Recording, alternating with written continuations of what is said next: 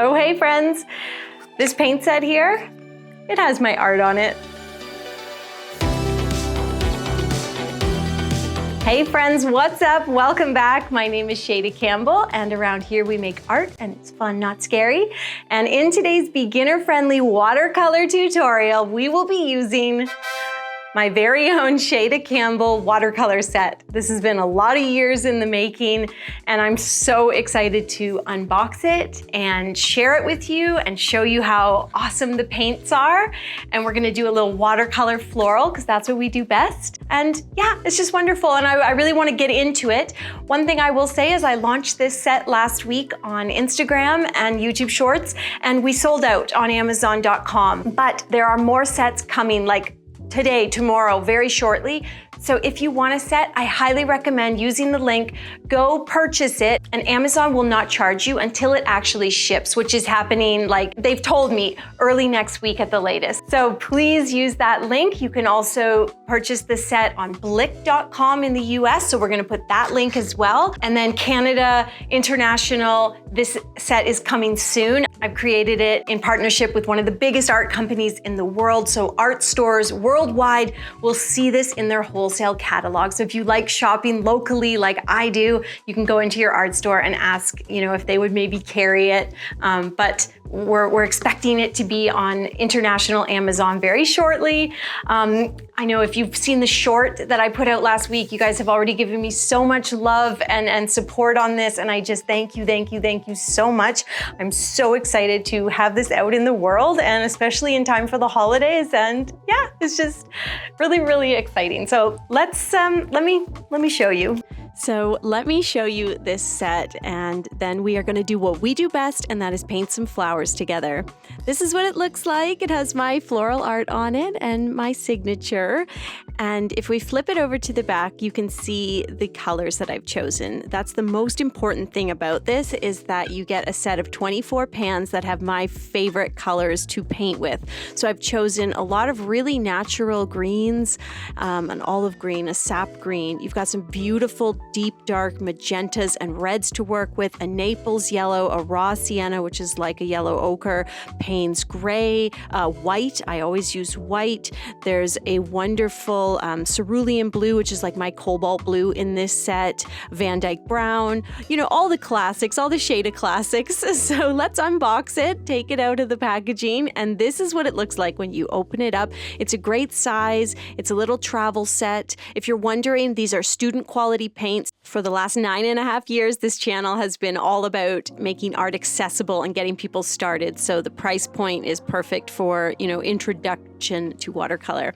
I am working on 300-pound 5x7 watercolor cards today, and I'm using a fine liner. My favorite fine liners are the Mulatto black liners. I've got a 0.9 millimeter nib there, so a larger nib size. Pencil and eraser, couple paint brushes. I typically will reach for a round paintbrush as well as a filbert. Those are my favorites for painting natural, really organic looking floral shapes. Shop that paint set on Amazon.com right now. They will not charge you until it ships, and they will ship soon, and they may sell out again, so I encourage you to go check out that listing. It is in the video description. Okay, I'm going to move the flowers back a bit so I can really see them, and then we are going to just do a very messy little sketch. I'm working with an old antique picture here, so I'm just sketching the shape of it. I am not going for perfection. I think when you're trying to do a creative sketch like this, the sort of more free and silly you can be with it, the better it's going to turn out. So I'm basically scribbling the flowers on the vase.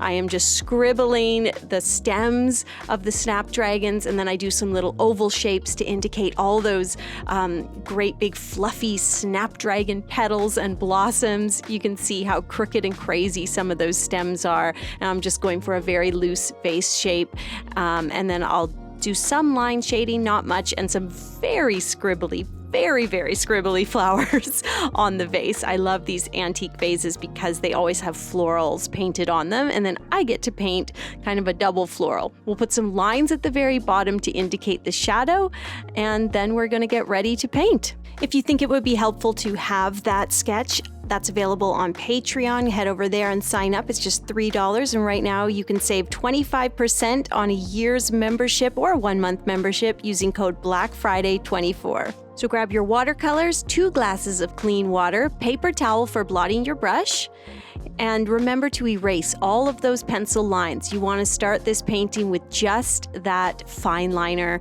artist pen sketch. Remember, good fine liners like the Mulatto black liners are waterproof, so you don't have to worry about adding watercolor on top. I'm going to start by painting the flowers first. So I am mixing my cobalt, which is actually cerulean blue, with rose madder hue, which is a really cool red, or even a magenta, you could say. And then I'm going to do the same mix over here, but add a little bit of white so that I have different colors to pull from. And then actually my favorite color in this whole set is called Purple Lake. It is this beautiful, dark, luscious, cool magenta, and I don't even have to add anything to it. That's it there. The Purple Lake is such a lovely color, and it works for so many flowers. And you can see I just add water to make the stems a little bit more transparent, or the blossoms a little more transparent towards the top. And then I've got all these great sort of burgundy magenta-ish colors on the palette that I can pull from. The first one where I did the blue and the magenta is sort of this cool burgundy, and then I've got that Purple Lake, which is this lovely pink color, and then I just add a little extra water sometimes so that the paint appears lighter and more transparent. I can add a little bit of white as well, and we are just making marks. I am using the filbert brush at this point and just sort of hitting it against the paper. And the result is these really abstracted but also very natural looking floral shapes.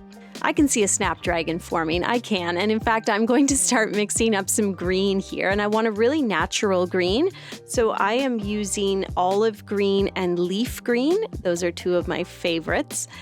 And I'm going to mix in a little bit of Van Dyke brown, just a hint. You could also mix in a little of that red or magenta. That just sort of deadens the green, because of course red or magenta is opposite green on the color wheel.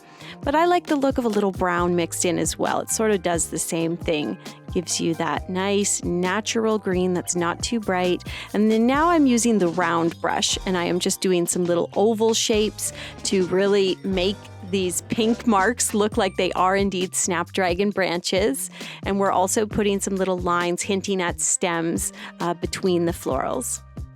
Once we're done with that first layer of green, we're going to take a dark magenta or dark burgundy and just do some marks, just more mark making. Don't even think about florals, and kind of fill in that middle area, and maybe put a few hits of the brush on top, layered on top of some of the other pink.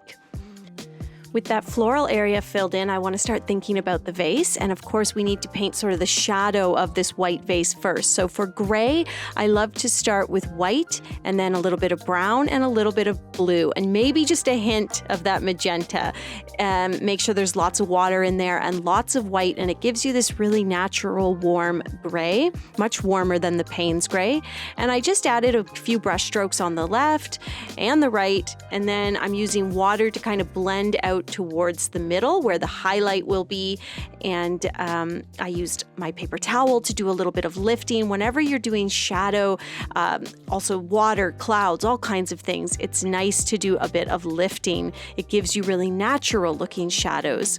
Actually, I should say it gives you a natural looking highlight where you lift. Anyway, you get what I'm saying. We're going to mix a darker gray, so more brown, more blue, and we're just going to do some horizontal brush strokes to create that shadow at the base of the vase, and then we are going to let that dry. So set your brush down, give it a second to dry, grab that cup of tea, and then once it has dried, we can use a brown such as Van Dyke brown. And this is a very watery mix. You can see it's quite light, quite transparent. And we are just going to do a few hits of the brush, make some very messy circles for those scribbly flowers on the vase. And then we'll come back with a slightly darker mix of the same brown. So just a little less water, more pigment in your mix. And we will do more hits of that brush and a few thin lines to create the leaves that sort of border the flowers. And you can do some smaller leaves in there as well. That'll give a nice look of detail. Then continuing our wet on dry, so that first layer of paint has dried completely, and now we can build up more paint, build up more contrast, and be very precise. We are going to take a really dark, rich mix of that burgundy or that purple lake, so just more pigment, less water, and we are going to do some more hits of the brush, so just brush marks. Just think about mark making. Don't worry about making floral shapes or flowers or blossoms or buds, just messy marks. And we're going to build up a nice contrast on all the purple, sort of magenta, burgundy areas.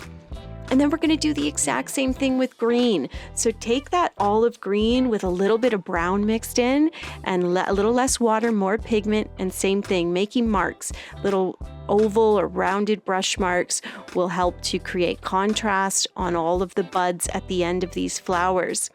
And you can, again, same thing with the gray. Take a little bit of gray, and I definitely want more dark shadow at the top of the vase where the flowers are flowing over and out, so they're creating shadow, and at the base as well, because the vase is rounded, of course, so the bottom is going to be a little more shadowy than that big round bulbous area in the center. This is looking so good, guys, and it's all just messy marks and scribbles. Now that those flowers are dry and they were so light, I'm taking that darker brown and just doing a few dots really at the center. And then I'm kind of looking for anywhere on the flowers that maybe needs a little bit of darkening, a little more contrast, like especially that area right in the middle. I did put a hint of magenta in the shadows. No reason. And then I signed it with my fine liner, and that was that. Oh, this was so much fun to do. I really enjoyed introducing you to this watercolor set, and I can't wait for you to get your hands on it. This has been a long time coming.